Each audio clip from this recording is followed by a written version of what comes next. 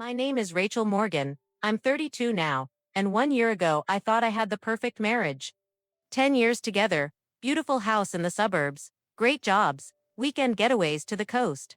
The kind of life people look at and say, they've got it all. David was charming, successful, the guy who always remembered anniversaries and brought flowers for no reason. We met in college, married right after graduation, built everything together.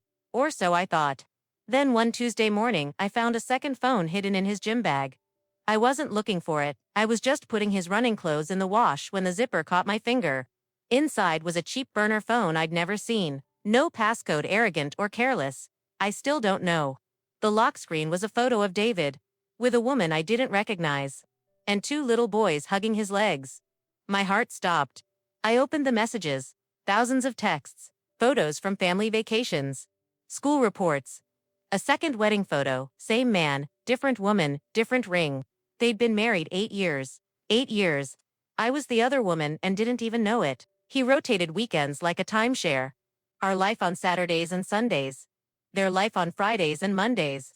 He had 2 sons, ages 4 and 6, that called him daddy every day. I thought he was working late. I sat on the laundry room floor for hours reading everything. The lies were so detailed, so practiced. He even used our joint savings to buy their house. Our 10th anniversary was in 2 weeks. He'd already booked La Belle et Oil, the fancy downtown restaurant where he proposed. I could have confronted him that night. I could have packed a bag and left. Instead, I made a different choice. I messaged the other wife, Vanessa, from his burner phone. Rachel knows everything. Meet us at La Belle et Oil on our anniversary. We need to talk. David, she replied instantly.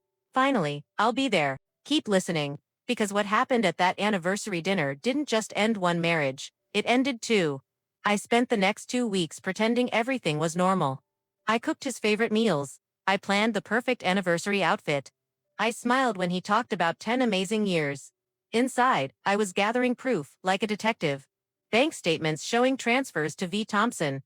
Photos of both families side by side. The kids' birth certificates. He was listed as father on both. Even screenshots of him telling Vanessa he was stuck at work when he was actually with me. Vanessa and I started texting secretly. She thought she was the only wife, too. She thought I was the mistress. We were both victims of the same lie. She sent me photos of their life. Birthday parties, Christmas mornings, the house he bought with money he told me was invested in stocks. I sent her ours. We cried together over text at 2 a.m. She asked, "What do we do?" I said, "We show up. Together." The night of the dinner, David was all smiles. New suit, roses, the whole performance. He kept saying, 10 years, babe. Can you believe it? I smiled back and said, no. I really can't. We arrived at La Belle et Oil. Candlelight, soft jazz, our usual corner table set for 2. David pulled out my chair like any loving husband. Then the hostess walked up, leading a stunning woman in a black dress, long dark hair, nervous smile, clutching a small purse like a lifeline. David froze. His face went ghost white. "Vanessa," he whispered, voice cracking.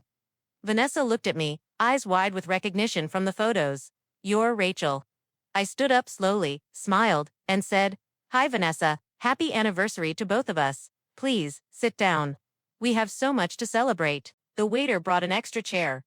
Vanessa sat. David looked like he was going to be sick. He tried to stand. I gently pushed him back down by the shoulder. "Stay, honey," I said sweetly. "You wanted both of us here, didn't you?" The entire restaurant went quiet. People at nearby tables were already staring. I pulled out a thick folder and placed it in the center of the table like a centerpiece. Inside, printed photos of both weddings, both sets of kids, bank transfers, text messages. I opened it slowly. First page, our wedding photo next to theirs. Second page, the house deed in Vanessa's name paid with our joint account. Third page, the kids' birth certificates. I said calmly, 10 years for me, 8 for you, Vanessa. Congratulations to both of us on surviving the same lie. Vanessa started crying quietly. David tried to speak. "This is a misunderstanding." Vanessa cut him off, voice shaking with rage. "Misunderstanding? You told me Rachel was your ex who wouldn't let go. I turned to David, and you told me Vanessa was a crazy coworker stalking you." David's boss was actually at a table across the room. He saw everything. David stood up suddenly, knocking over his water glass. "I'm leaving." Vanessa grabbed his arm. No, you're going to sit here and listen to what you did to both of us. The waiter came over, concerned. I smiled and said, family matter. We're fine. David sat back down, sweating. For the next hour we took turns. Vanessa told him how the boys asked why Daddy only came half the time. I told him how I paid for their family vacations, thinking we were saving for our future.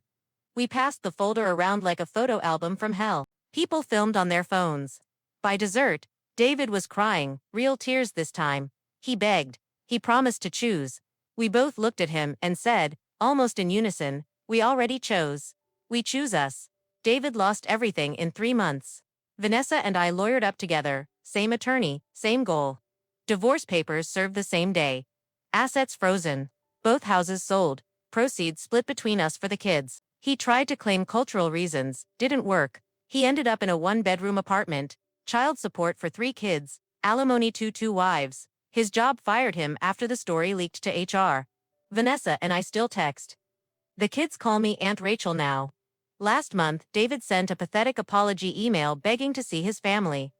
I didn't reply. Some people say I was cruel for that dinner. Maybe I was. But after 10 years of being half a wife, I finally got to watch the man who split his life in 2 sit at a table with both halves and realize there was no more room for him. So here I am on this porch, 1 year later, raising a glass to the strongest woman I know, Vanessa, and to the version of me who finally stopped sharing. We didn't just survive a secret family, we ended it. And that, more than any anniversary toast, feels like justice. He had 2 wives. Until we sat at the same table. Drop your double life story below. Craziest one gets its own video.